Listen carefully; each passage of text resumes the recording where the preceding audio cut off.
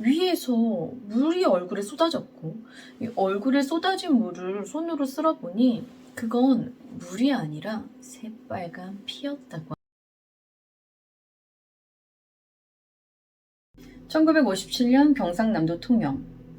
당시 베테랑 형사였던 김명철 씨는 얼마 전 실종 신고된 한 여성을 찾아다니고 있었어요.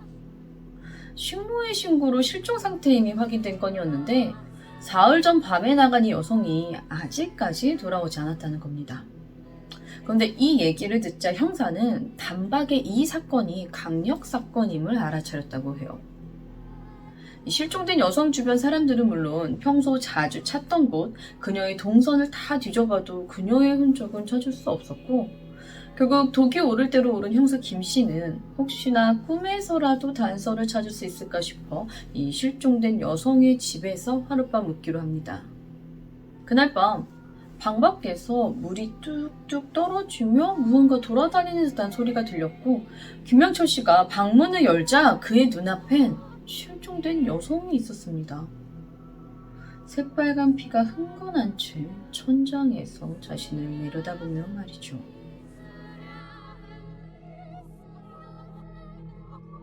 (1957년의) 한국은 지난 1950년에 일어나 53년까지 계속되었던 이 6.25 한국전쟁의 여파로 모두가 다 가난하고 가진 게 없던 시기 속에 힘든 생활이 계속되고 있었던 때였어요. 이때 경상남도 통영과 이 당시는 여길 충무시라 불렀거든요. 이 충무시와 남해안 일대에 굉장히 성행하던 사업이 있었는데 바로 밀수였어요. 밀수꾼들은 각종 사치품들과 생필품들을 항구를 통해 몰래 들여왔었죠. 이 충무에서 밀수꾼으로 굉장히 유명한 사람이 있었는데요. 이름은 이금수. 이름에서부터 알 수 있듯이 여성이었어요. 여자의 몸으로 한 밀수 조직의 부두모까지 올라간 대단한 여자였죠. 심지어 나이도 33밖에 안 됐었죠. 그런 만큼 충무에선 이 이금숙 하면 모르는 경찰이 없을 정도로 그녀는 요주의 인물이기도 했는데요. 당시 충무에서 형사로 있었던 김명철 씨는 굉장한 베테랑 형사로 알려져 있었어요.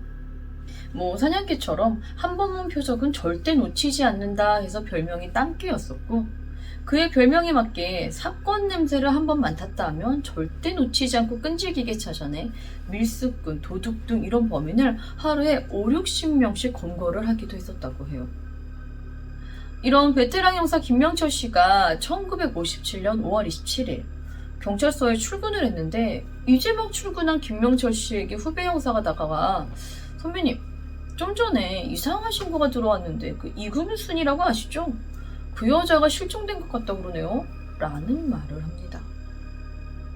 이건 너무 의외의 인물이었죠. 그냥 보통 여자도 아니고 밀수 조직의 부두목인 여자가 갑자기 실종이 되었다니요. 김명철 씨는 일단 확인을 위해 실종 신고를 한 사람을 찾아갔어요. 그런데 실종 신고를 한 건 다름 아닌 실종된 이금순의 집에서 이금순과 함께 살며 집안일을 해주던 26살의 식모 남달길이었습니다. 이 식모의 얘기로는 사흘 전인 5월 24일 밤중에 이금순이 무슨 거래가 있다면서 나갔는데 여태 들어오질 않아서 실종 신고를 하게 되었다는 거예요. 이금순이 하고 있던 일이 또 일이었던 만큼 이 얘기를 듣자마자 형사의 김명철 씨는 단박에 감이 왔대요. 이건 강력 사건이다. 자, 그렇게 조사를 시작하는데 이상하게도 탐문을 하면 할수록 이게 더 막막해지는 거예요. 이금순의 친구, 조직원, 채무자 등등 수십 명을 만나봤고 이금순의 집부터 사무실, 자주 찾던 다방, 또 거래처까지 며칠씩 잠복을 해보기도 하지만 아무것도 찾을 수 없었죠. 혹시나 한국에서 도망갔나 싶어 이 항구에 가서 사흘치 승선 기록을 뒤져보는데 이것도 아무것도 없으니까 혹시 어디 사고가 났나, 어디서 죽은 건 아닌가 하는 생각에 일대의 병원, 장례식장도 다 뒤져봤대요. 하지만 이금순의 흔적은 어디서도 찾을 수가 없었죠. 이렇게 몇 날 며칠을 계속 허탕만 치니까 이분이 누구예요? 땅개 형사잖아요. 독이 오를 대로 오른 형사 김명철 씨는 결국 이 형사들 사이에서 미신으로 내려온다는 최후의 수단인 범행 현장이나 피해자의 집에서 잠자기를 시도해 보기로 합니다. 뭐 이렇게 하면 꿈에서 단서를 찾을 수가 있다는 건데 너무 답답하니까 이런 미신에라도 기대해 뭔가를 찾고 싶었다고 해요. 그렇게 형사 김 씨는 실종된 이금순의 집에 가서 신모에게 안방, 그러니까 이금순의 방에 이불을 펴달라고 요구하고는 그냥 그대로 안방에 들어누워 버립니다. 꿈을 꾸려면 빨리 잠을 자야 되는데 어쩐 일인지 너무 안 졸리는 거예요. 그렇게 계속 뒤척이다 결국 자리에서 일어나 그냥 이 방에 또 다른 단서가 있을까 싶어 이금순의 방을 뒤져봐요. 서랍장이며 선반이며 계속 뒤져보는데 어느 순간 물방울이 뚝뚝 떨어지는 소리가 들려옵니다. 근데 이게 문 밖에서 나는 소리였어요.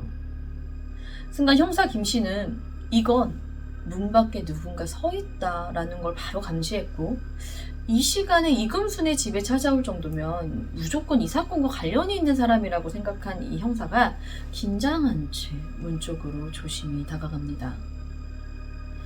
문에 가까워질수록 뚝뚝 떨어지는 물소리와 함께 무언가 질질 끌리는 듯한 소리가 함께 섞여져 있음을 알게 돼요.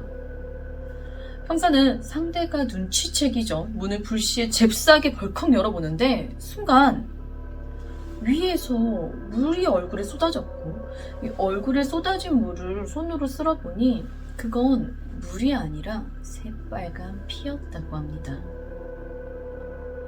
놀란 형사 김씨가 천장을 놀려다보게 되는데요. 천장에서 한 여자가 자신을 내려다보고 있었다고 합니다. 이 모습에 기겁하며 눈을 떠보니 꿈이었대요. 대체 어디서부터가 꿈이었는지 형사는 신모가 펴준 그 이불 위에 누워 있었죠. 당황스러워졌어요. 얼굴에 피가 쏟아지는 이 꿈이 과연 무슨 뜻일지, 이게 피해자가 주는 어떤 단서인 건지, 아니면 이 꿈 자체가 이 사건과 무슨 의미가 있는 게 맞긴 한 건지. 도통 알 수 없는 지난 밤을 되새기며 아침에 자리에서 일어나 경찰서로 돌아가기 위해 마당으로 나오는데 한 남자가 아침부터 신모 달길이의 이름을 부르면서 들어오는 거예요. 심지어 명철 씨를 보면서 형사님 안녕하십니까? 라는 인사를 했다고 해요. 초면인데 말이죠.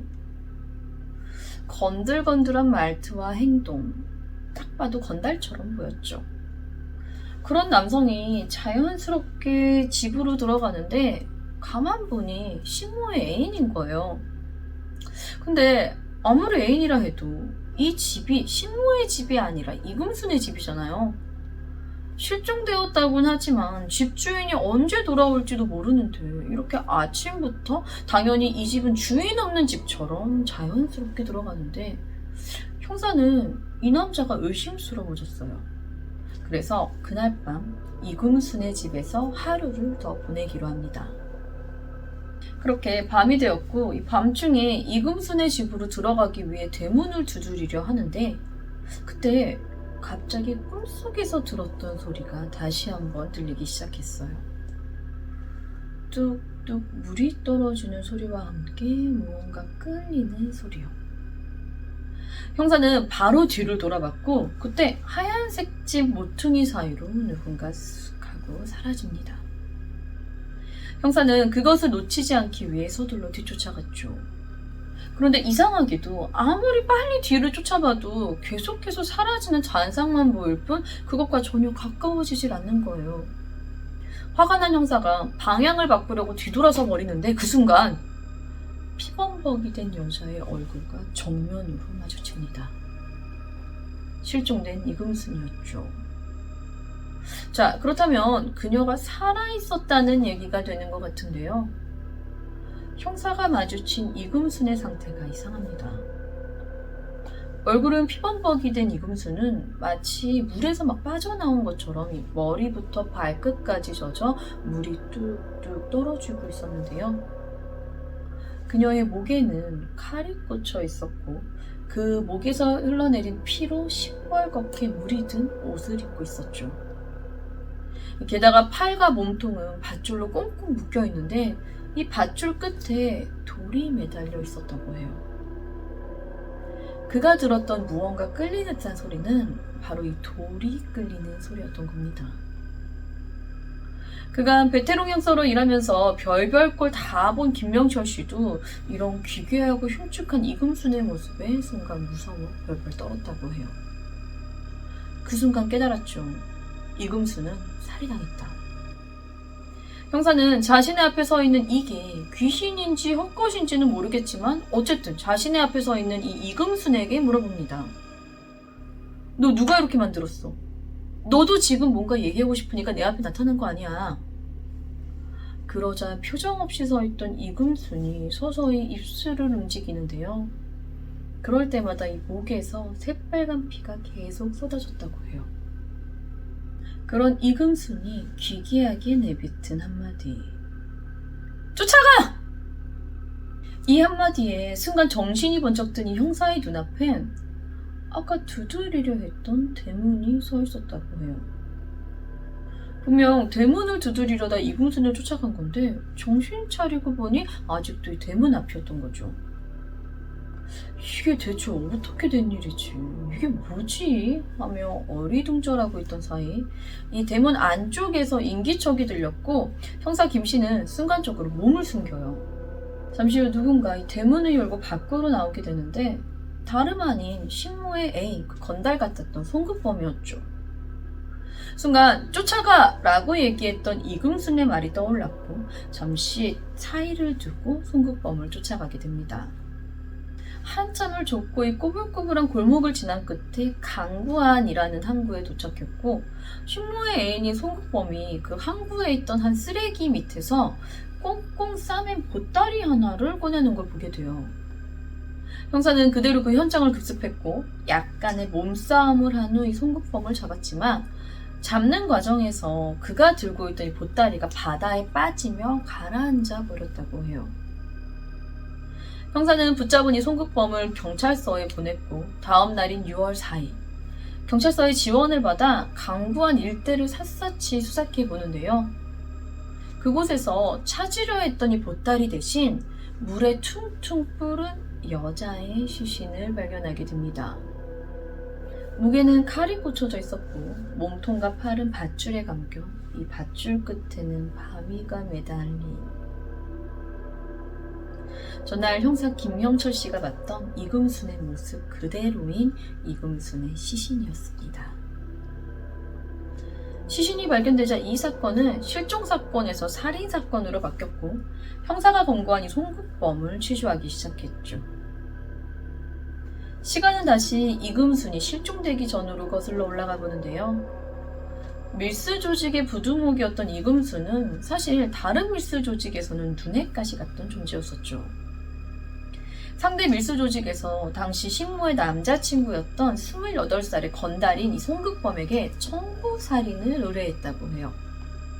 그렇게 1957년 5월 24일 오후 8시 30분경 이금순이 거래를 하기 위해서 300만 원, 그러니까 이게 단위 환산을 하면 300원인데요. 이 57년도 이 당시면 쌀 한 가마니가 한 1,500원 정도였다고 하니까 이게 꽤 큰 돈이죠. 이금순이 거래를 하기 위해서 300만 원의 현금을 가지고 외출했다는 얘기를 자신의 애인인 이금순의 식모 남달길에게 전해 들었고 송극범은 내가 가지고 있는 밀수품이 있는데 좀 싸게 팔게요 라는 말로 꼬드겨 충무시 동도동의 장자도로 유인하고 이금순을 몽둥이로 때린 후 들고 있던 식칼로 이금순의 목을 찔러 살해했고 그 시신을 바다에 던져버렸다고 합니다. 이때 시신이 떠오를 수 없게 몸에 밧줄을 묶어 그 끝에 돌을 매달아 유기했다고 해요. 형사 김씨가 송극범을 검거하던 그날 바다에 빠뜨린 이 보따리 안에는 그녀를 공격할 때 썼던 피 묻은 몽둥이와 피가 묻은 그녀의 옷이 들어있었다고 합니다. 이걸 바로 버리면 들키게 될까봐 시차를 두고 처리하려 했는데 하필이면 이 보따리를 처리하던 그날 형사 김명철 씨가 따라 붙었다는 겁니다. 한편 이금순이 실종되었다며 실종신고를 했던 식모 남달길 역시 이 사건의 공범이었다는 사실이 밝혀지며 1957년 6월 6일 이금순 살해 혐의로 식모 남달길과 그의 애인 송극범이 체포되며 이 사건이 세상에 알려지게 됩니다. 이번 이야기는 이금순 살인사건이었는데요. 사실 굉장히 짤막한 내용의 살인사건이었어요. 뭐 별다른 특징이 없다 보니까 찾아도 거의 내용이 나오지 않는 그런 내용이었죠. 그런데 사실은 이 사건을 해결하는데 이금순의 귀신이 나타났었다는 얘기가 사건 발생 후 대략 65년 정도 후인 2022년에 심야괴담회를 통해 당시 담당 형사였던 김명철 씨의 딸인 김명숙 씨가 사연을 보내주게 되면서 당시 사건을 더 자세하고 상세히 알 수 있게 되었던 사건이었는데요. 사건 이후에 형사 김명철 씨는 다시 한번 이금순의 집을 찾아가 이금순의 방이니 안방으로 들어가서 거기에 술을 한 잔 붓고 앉아서 허공을 보며 얘기를 했대요. 이금순 씨, 나한테 현몽을 해줘서 너무 고맙고 또 얼마나 억울하셨으면 그렇게까지 하셨겠느냐. 이제 범인도 잡고 억울함도 풀어드렸으니까 좋은 곳으로 가십시오 라고 얘기를 했는데 그런 김명철 씨의 눈앞에 꼭 살아있는 사람처럼 이금순이 깨끗한 하얀 한복을 입고 나타나 너무 감사하다며 큰절을 했고 은혜를 꼭 갚겠다고 약속을 한 후 사라졌다고 해요.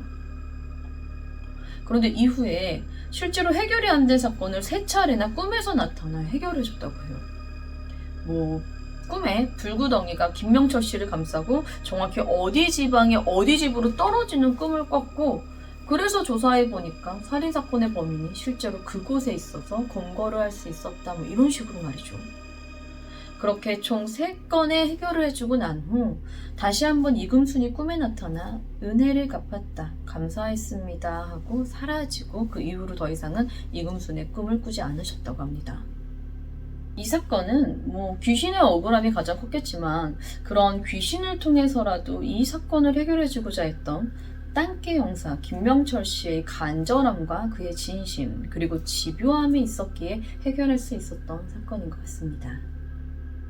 1957년 통영에서 일어난 실종사건.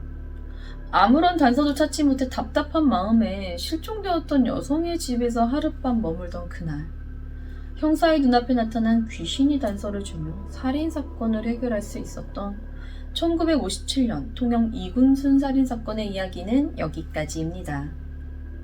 저는 뉴스패치의 유스였습니다. 감사합니다.